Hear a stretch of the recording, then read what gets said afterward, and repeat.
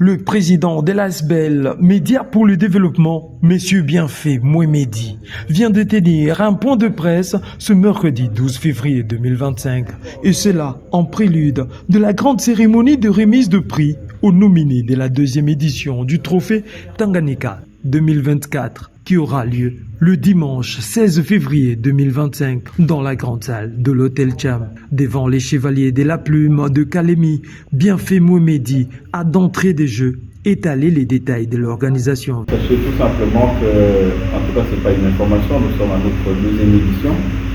Après l'édition inaugurale de 2023. Et donc là, nous sommes dans la continuité. Qui était un défi hier, mais aujourd'hui est en train d'être relevé ensemble avec vous. Nous avons commencé avec vous et nous cheminons toujours avec vous parce que nous sommes l'émanation du milieu de la presse, de la communication. La plupart des membres étant donc soit journalistes, soit professionnels des médias, dans différents domaines ou sous-domaines de ce grand domaine des médias que nous sommes en train d'exercer chacun dans son coin. Alors, l'événement aura lieu et aura bel et bien lieu ce dimanche 16 février, ici même dans ce cadre de Cham Hotel. Évidemment, vous allez revenir voir la salle, ce sera tout à fait une autre histoire. Parce que, comme vous le savez, nous sommes un petit peu obsédés par la qualité, par l'innovation, pour essayer de contribuer quand même à améliorer l'image de la province, qui reste quand même notre soubassement, afin de pouvoir mettre en place tout ce qui est prévu comme objectif à atteindre par Média pour le développement en ce qui concerne le trophée Tanganyika édition 2024. Puis s'en est suivi une série de questions-réponses entre les journalistes qui tenaient à y voir clair sur les contenus de cette grandiose cérémonie.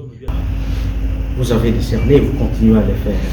Qu'est-ce qui vous prouve que ce que vous faites contribue réellement au développement de la province? Parce que vous êtes média pour le développement. Lors de la présentation, je vous ai entendu parler des deux catégories de trophées. Donc, il y avait une première partie et une deuxième partie. Je tenais juste à savoir si le dimanche 16, toutes les deux catégories seront décernées ou vous allez décerner juste pour une partie et puis une autre après. Alors, ma première question est de savoir qu'avez-vous fait? C'est quoi votre secret? Qu'est-ce qui a rendu possible la trophée Tanganyika 2024 de pouvoir avoir cette suite logique d'édition, comparativement aux autres bien sûr. Et la deuxième question, qu'avez-vous déliché de la première édition, du côté sombre, côté négatif, et qu'est-ce que vous avez réservé à cette nouvelle édition comme initiative, comme innovation, bien sûr, au-delà des trophées qui ont été repoussés. Merci. Moi, ma préoccupation se résume sur le problème des votes, que vous avez d'ailleurs lancé sur différentes chaînes, entre autres sur Facebook et d'autres plateformes. Est-ce que, ici, vous nous rassurez que ces feedbacks, d'ailleurs, dont vous avez parlé dans votre exposé, la population, vous en tiendrez compte? Parce que, de façon que la communauté ne soit pas surprise, qu'elle, bien sûr, elle attend d'elle une personnalité ou d'une autre qui marque bien sûr la communauté selon l'œil de la communauté, mais que vous, médias pour le développement, vous ayez aussi de personnalité donc, que vous avez déjà prévu. Tel un gladiateur, le patron du trophée Tanganyika, Bienfait Mouemedi, est passé au peigne fin toutes les préoccupations des hommes des médias. L'innovation de l'année, pareil, le prix du social, c'est vraiment quelque chose qui nous tient aussi à cœur parce que dans la situation compliquée où peut se retrouver une population, s'il y a des personnalités qui essayent de soulager quand même la souffrance de la population, il faut arriver à soit reconnaître leur mérite, soit les encourager et donc donner des modèles de développement à la communauté dans ce sens-là.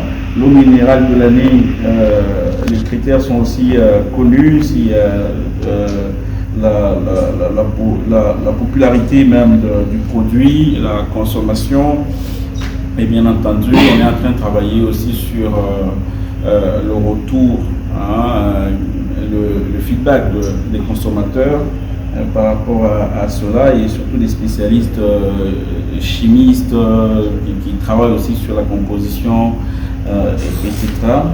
Le prix de la presse, c'est une recommandation que nous avons cette fois mise en marche, parce qu'à la première édition, nous n'avions pas ce prix-là, étant donné que nous estimions dans le passé que nous ne pouvions pas nous primer nous-mêmes, étant de la presse, mais il a été recommandé à l'organisation, notamment par les confrères que vous êtes, que ce prix soit pris en compte pour cette fois, et nous l'avions mis. Alors j'ai lu notamment sur la page que c'était vague, je ne trouve pas, mais c'était plutôt globalisant, parce que nous ne sommes pas un prix, un trophée ou un événement qui concerne seulement le seul domaine de la presse.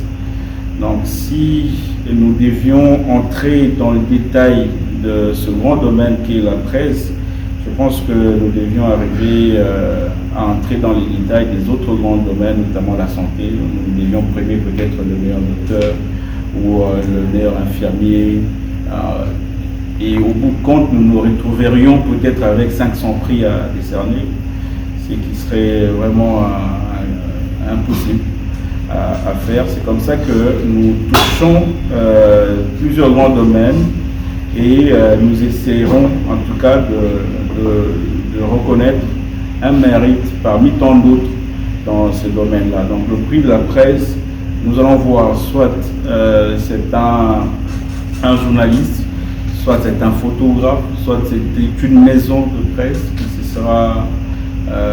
qui aura marqué. C'est vrai, il y a énormément d'efforts qui sont fournis dans ce secteur-là, et qui est en parfaite croissance au Tanganyika. Et donc il nous revient à pouvoir donner le prix. Le choix sera vraiment difficile, ça je l'avoue. Au regard des dispositions déjà définies par les organisateurs, tout porte à rassurer que la bonne ambiance sera à portée de tous ceux qui y participeront.